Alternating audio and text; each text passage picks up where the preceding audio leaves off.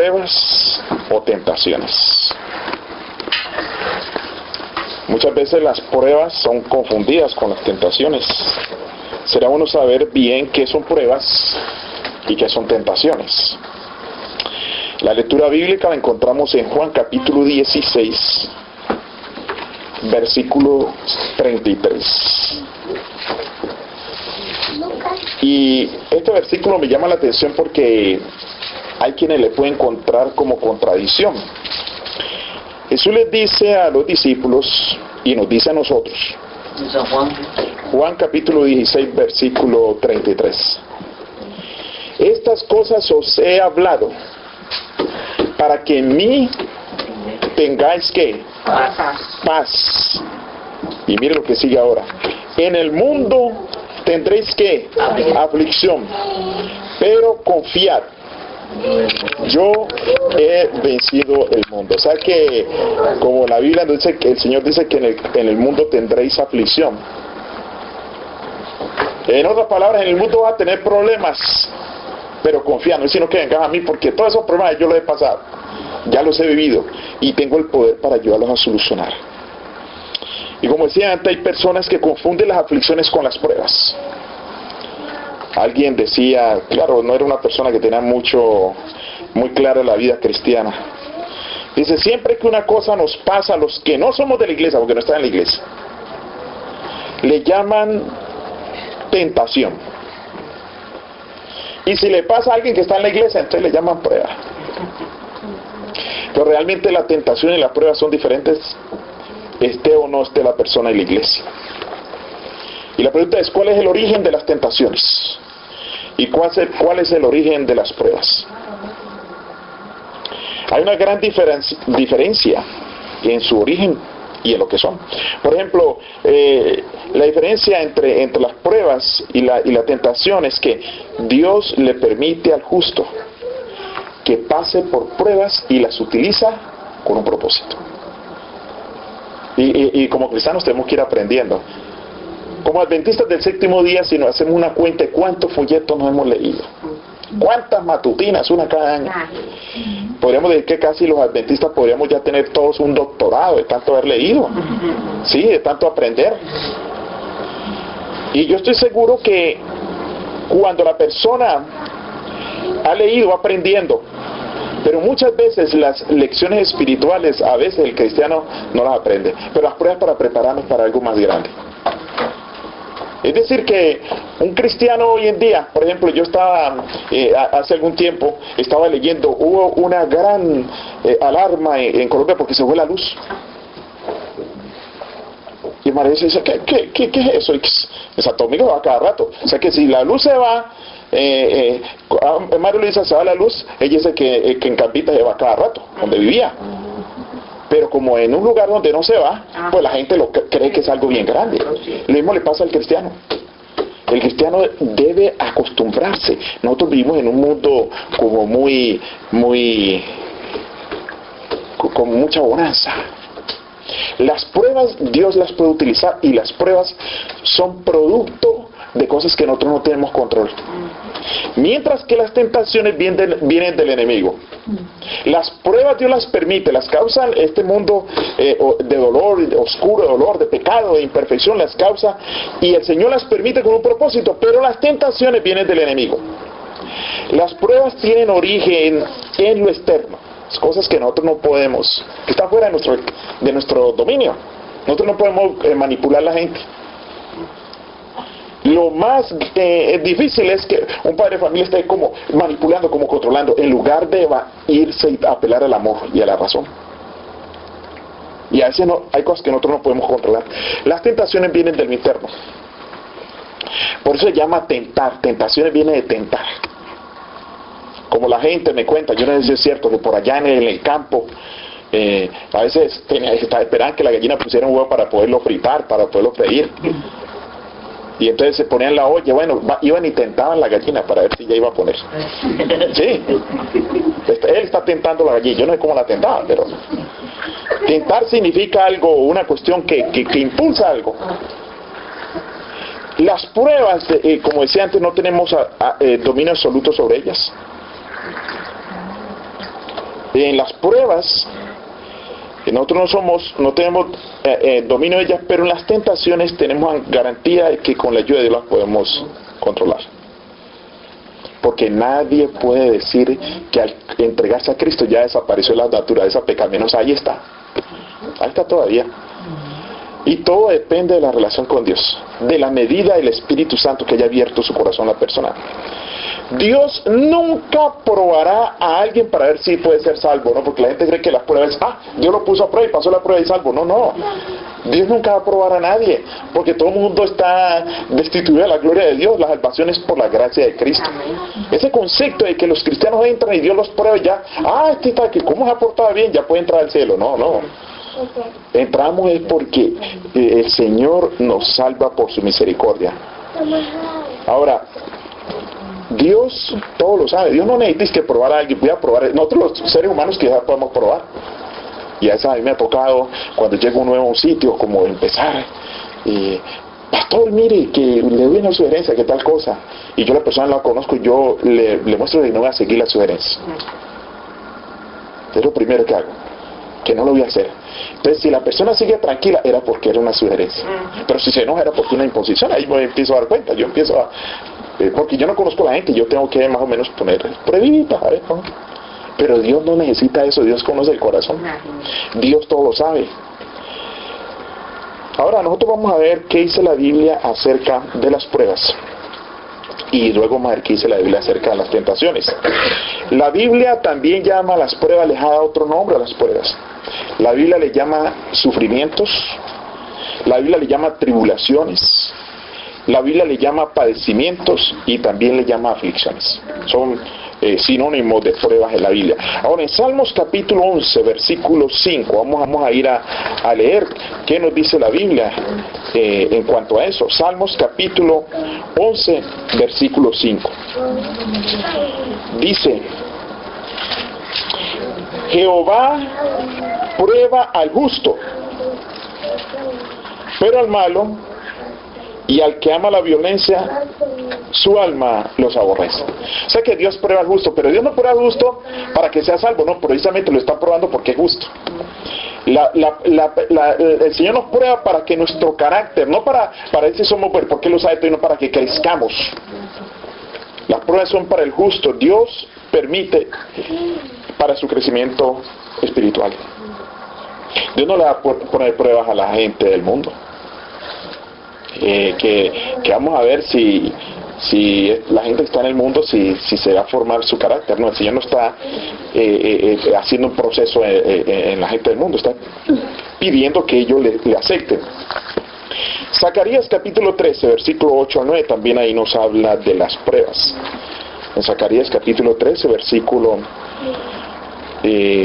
8 y 9 el Señor habla en general de todos los seres humanos. Dice en forma simbólica, dice: acontecerá en toda la tierra, dice Jehová, que 2/3 partes serán cortadas de ella y se perderán, mas la 1/3 quedará en ella. Está hablando de que el Señor escoge. Ahora los que son escogidos, dice, o sea la 1/3 parte dice: y meteré en el fuego la 1/3 parte. O sea, Él destruye 2. Y la 1/3 la mete en el fuego y los fundiré como se funde la plata. Y los probaré como se prueba el oro. Él invocará mi nombre y yo lo diré. Y diré: pueblo mío. Y Él me dirá: Jehová es mi Dios. O sea que Dios a sus hijos los prueba. Como la plata es fundida y como el oro es purificado, así Dios prueba a su pueblo. Es a través de pruebas, de experiencia con el Señor, que el cristiano va creciendo y se va fortaleciendo. Por eso nosotros debemos de tener, y yo sé como pastor debo de tener paciencia con los hermanos. Porque hay hermanos que su desarrollo espiritual es más lento, otros es más rápido, unos son nuevos Con un hermano se enoja, esto, pobrecito, él está creciendo, está niño, está bien niño, bueno, un niño malcriadito, ¿no? Sí, pero es un niño en ese sentido. Hay quienes llevan años, 40 años en el Evangelio, se han leído muchos libros, o han estudiado muchas cosas, y no han crecido en nada, en absoluto. Entonces, por eso uno debe tener paciencia. En Mateo capítulo 16, versículo 21. Nos habla también Mateo capítulo 16, versículo 21. Hablando de Jesús, él también pasó la experiencia, él estuvo sometido a pruebas, dice. Desde entonces comenzó Jesús a declarar a sus discípulos que le era necesario ir a Jerusalén y padecer mucho ¿de quién? Los ancianos. De los ancianos y de los principales sacerdotes y de los escribas, y ser muerto y ¿qué? Y resucitar al tercer día. Es decir, hasta Jesús pasó por la prueba del fuego. Y aquí dice que tenía que sufrir ¿de quién? De los ancianos. Pero hay lugares donde he tenido que padecer de los ancianos. Son los ancianos viejitos, No, ancianos de iglesia, yo estoy hablando de ancianos de iglesia. La Biblia dirá de los ancianos de iglesia. Sí, es de los ancianos, de los dirigentes del pueblo. Jesús tenía que padecer de los ancianos de la iglesia. A veces en algunos lugares me ha tocado padecer de los ancianos porque precisamente, aunque sean ancianos de iglesia, no han crecido espiritualmente. Que el crecimiento espiritual depende de la relación estrecha con el Señor. Y Jesús le tocó sufrir, le tocó pasó por la prueba del fuego. Cristo soportó ofensas, soportó dificultades. Ahora, en Hechos, vamos a buscar Hechos, a ver qué nos habla Hechos acerca de la experiencia de algún apóstol, de algún discípulo. Hechos capítulo 20, versículo 18. Ahí en Hechos 20, 18 se nos habla también. Dice Pablo, dice, cuando vinieron a él les dijo, vosotros sabéis cómo me he comportado entre vosotros todo el tiempo, desde el primer día que entré en Asia, sirviendo al Señor con toda humildad y con muchas lágrimas y pruebas que me han venido por las acechanzas ¿de quién? De los judíos. Pablo soportó pruebas. Pablo también vivió esa experiencia. Pero Pablo no se desanimó, ni dejó la congregación. Y a veces el cristiano, el Señor permite que tenga pruebas. Un hermano decía una vez, pastor, yo dejo la iglesia cuando me saquen a la fuerza y cierran la puerta y de pronto me meto por la ventana, pero yo la iglesia no la voy a dejar. Pase lo que me pase. Y es cierto, nosotros tenemos que seguir adelante. Todos en algún momento hemos tenido que tener alguna prueba. Yo cuando era miembro de iglesia tuve unas pruebas en una iglesia. Me acusaron de que me gustaba predicar mucho. Y yo he visto unas acusaciones a veces bien chistosas, pero no es una acusación. Yo estaba en una iglesia que decidieron que como predicaba mucho no predicara, no me daban predicaciones. Entonces en mi corazón yo decía, Señor, lo que más me gusta, pero yo tengo que soportar. Le predico afuera en la calle a otra gente por allá. Hay muchos lugares, el mundo es muy grande para ir a predicar. Ahora, soportan todos los cristianos las pruebas. ¿Ustedes qué dicen?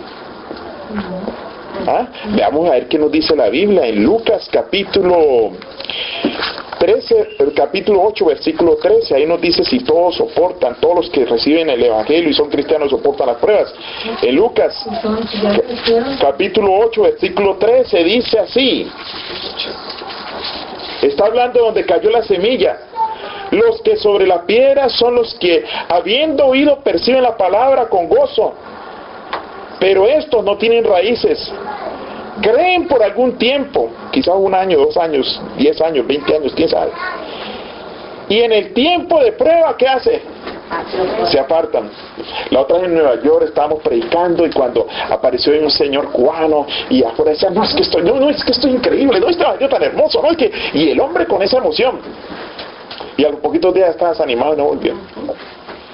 O sea que la prueba puede hacer ¿qué? Que la gente se desanime. O sea que no todos los cristianos soportan las pruebas. En los evangelios, en los que el evangelio no han echado raíces, es imposible que soporten las pruebas. No todos. No, todo, ¿verdad? Sí, no todos. No todos los cristianos. Algunos se ofenden. Hay cristianos que pasan varios días así y dicen, yo voy a sacar esa espinita que tengo ahí con tal hermano. Yo tengo que quitarme eso. Y lo guardan allí. A ver si se lo quitan.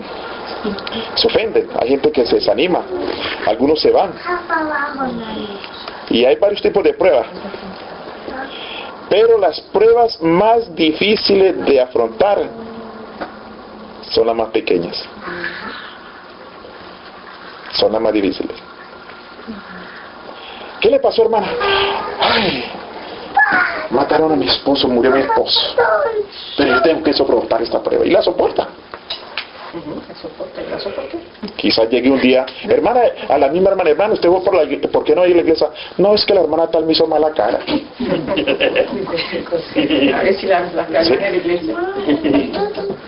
Entonces, el mayor obstáculo, hay un obstáculo que es el mayor para soportar las pruebas. Seguramente a la persona que le mataron al esposo, eso no tiene nada que ver con orgullo. Ahí el orgullo no puede hacer nada y soporta. Quizás hasta se va a lucir un vestido de funeral y va a andar, ¿no?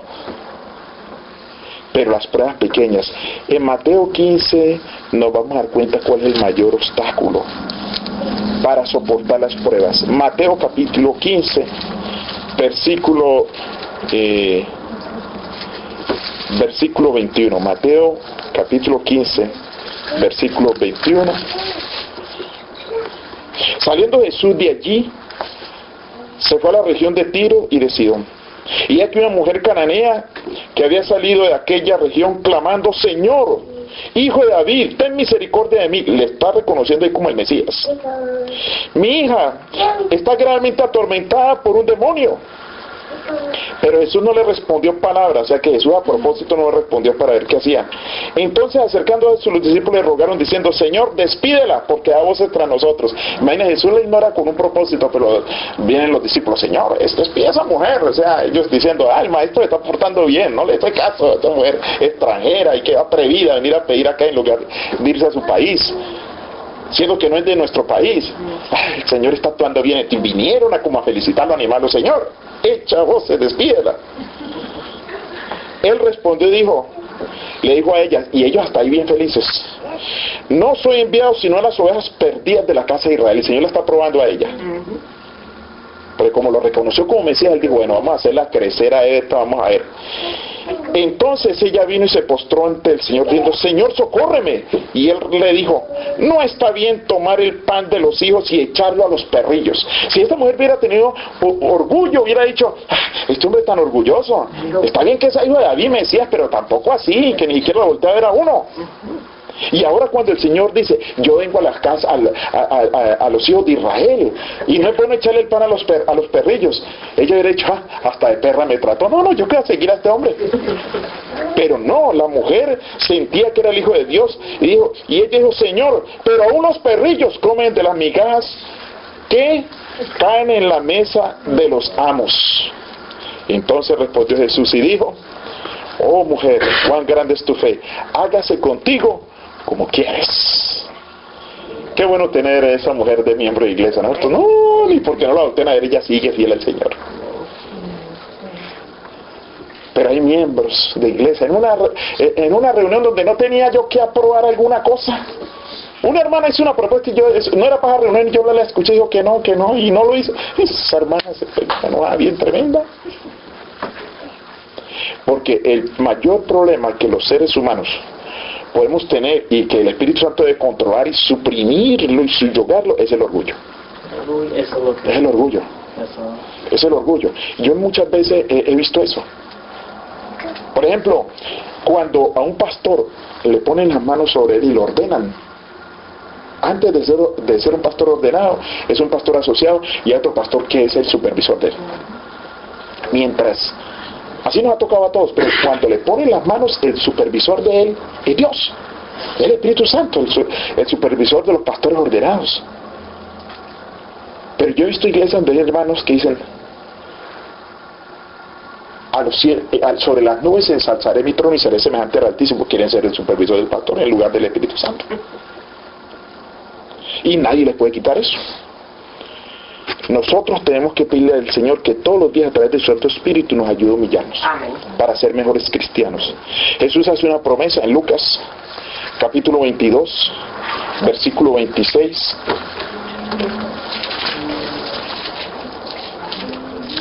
Dice el Señor, hablando de los gobernantes que se enseñorean, dice: mas no así vosotros, sino sea el mayor entre vosotros como, ¿quién? Como el más joven. Y el que dirige, como el que ¿qué? Como el que sirve. Si una persona quiere ser grande ante Dios, tiene que ser un servidor. Un servidor. Y nosotros debemos entender que somos servidores. Yo siempre he dicho, en la iglesia adventista no hay jerarquía, sino cuestión de cargos. No hay rangos, porque todos somos iguales. Lo único que nos son las funciones, y estamos ahí para servir. A mí me ha pesado los presidentes. Cuando eligen un presidente, yo digo, pobrecito, ¿qué presidente no tiene oposición? Claro, todos tienen oposición. Esos individuos, hasta muchos de ellos ni necesitan, son ya millonarios.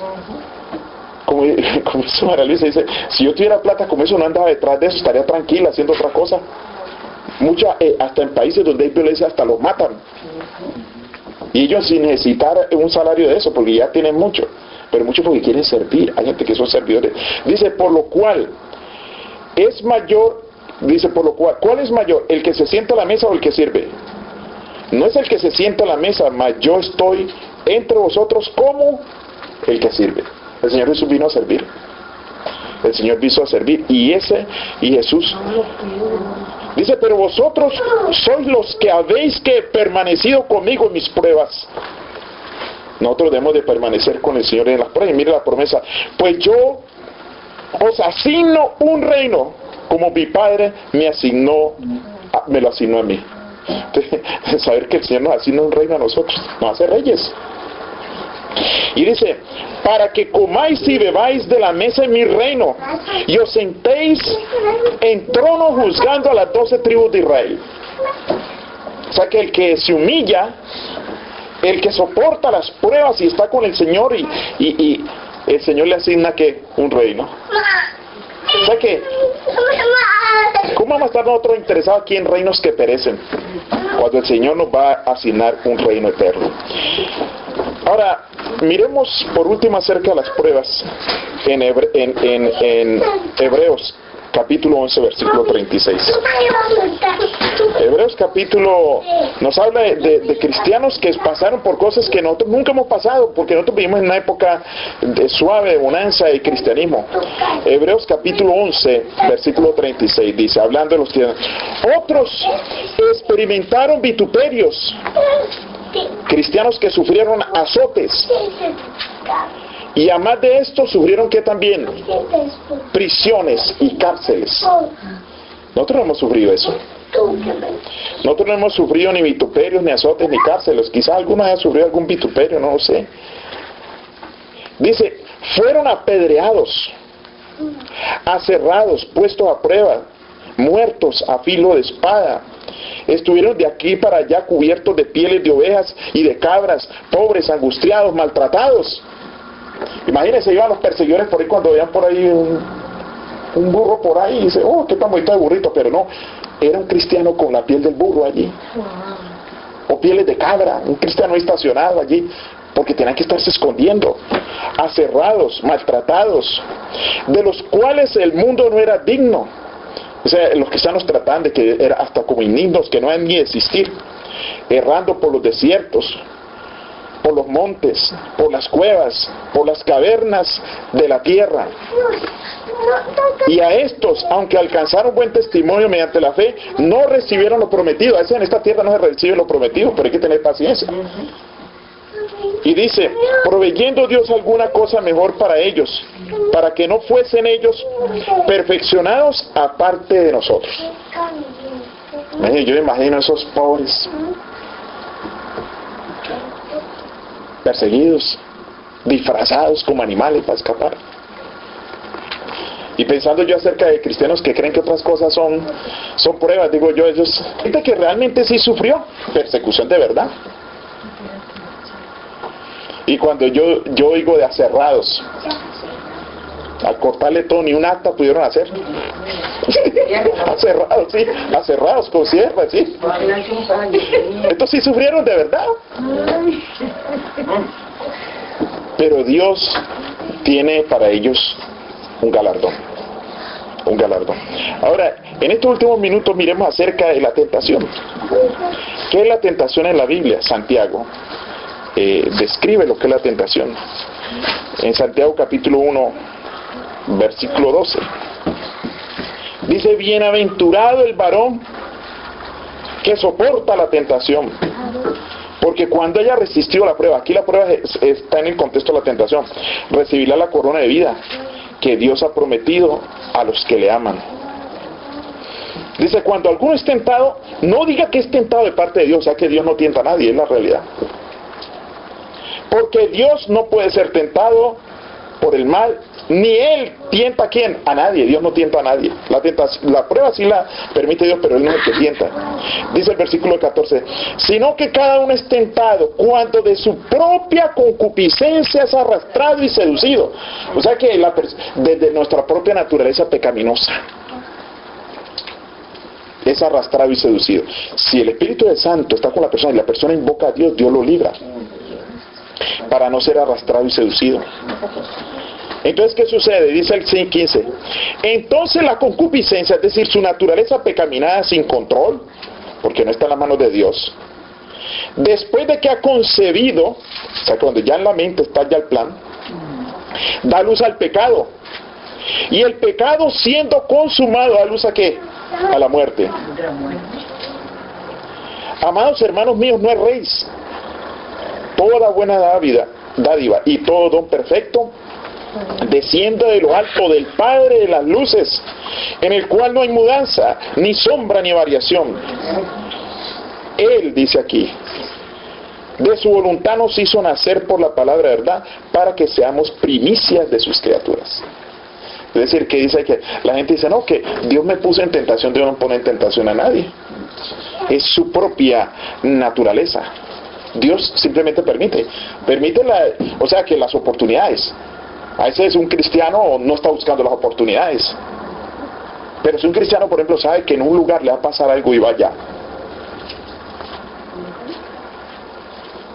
No, Señor, yo estaba allí, yo estaba quietico sin hacer nada allí en la discoteca. Cuando de pronto me pasó no, él fue el que fue a meterse allá. Sí, fue el que fue a meterse allá. No, Señor, lo que pasa es que yo hice eso porque estaba borracho. No, ¿quién lo mandó a tomar? O sea que la persona puede ponerse en terreno enemigo, pero Dios no es. Pero cuando eso sucede y el cristiano no está buscando, nos dice en Corintios capítulo 10, versículo 13, dice: no os ha sobrevenido ninguna ¿qué? Tentación que no sea ¿qué? Humana. Pero fiel es Dios, que no os dejará ser ¿qué? Tentados más de lo que podáis resistir, sino que dará también juntamente con la tentación ¿qué? La salida para que podáis ¿qué? Soportar. O sea, Dios no nos va a permitir ser más tentados. Si hay un hermanito que está ahí en la iglesia, pero él anhela riquezas, como decía una hermana: pastor, yo a veces jugué de lotería para ayudarle al Señor. Uno también tiene que colaborar, orar y sí, ella, y la hermanita decía que la fe sin obras es muerta. Entonces ella pedía y también iba a comprar la lotería, pedía al Señor dinero. O sea, poner las cosas de otra manera. Ahora, ¿por qué el Señor no le da a todo el mundo mucho dinero? Porque Él no quiere que seamos algunos tentados más de lo que es. Imagínense una persona con una fortuna, quizás ni vuelva a la iglesia. Dicen, dirá la persona: no, pues de aquí, de este dinero que me gané, el diezmo es como 100,000. No, tanto no, yo no voy a la iglesia para no dar nada. ¿No sabe? Pero cuando llega una tentación que la persona busca, Dios va a dar ¿qué? La salida, para que pueda soportar.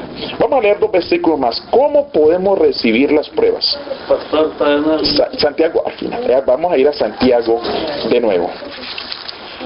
¿Cómo podemos recibir las pruebas? Santiago capítulo 1, versículos 2 y 4.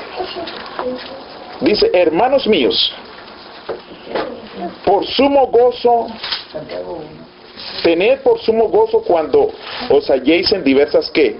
Pruebas. O sea que cuando vengan las pruebas, ¿qué hay que tener? Gozo. Sabiendo que la prueba de vuestra fe produce, ¿qué? Paciencia. Mas tenga la paciencia su obra completa, para que seáis perfectos y cabales, sin que os falte, ¿qué? Cosa alguna. La prueba produce, ¿qué? Paciencia. O sea que el que quiera paciencia, se le dan pruebas. Porque la prueba produce paciencia. Y en Lucas, vamos a leer el último versículo acerca de las pruebas. Lucas capítulo 6, versículos 22 y 23. Dice, bienaventurados seréis cuando los hombres os, ¿qué? Aborrezcan, y cuando os aparten de sí y os vituperen y desechen vuestro nombre como malo por causa de ¿quién? del Hijo del Hombre. Del Hijo del Hombre. Dice, gozaos en aquel día, alegraos, porque aquí vuestro galardón es grande en los cielos, porque así hacían sus padres. ¿Con quién? Con los profetas. Con los profetas. Así hacían sus padres con los profetas. O sea que, ¿qué sucede entonces? Gozados, dice. Alegrados. Usted sabe que cuando llega una persona y una persona vive y hace todo lo que le dicen, quiere tener a la gente contenta, pues la gente, él no está siendo fiel a Dios sino a la gente, un ejemplo a veces.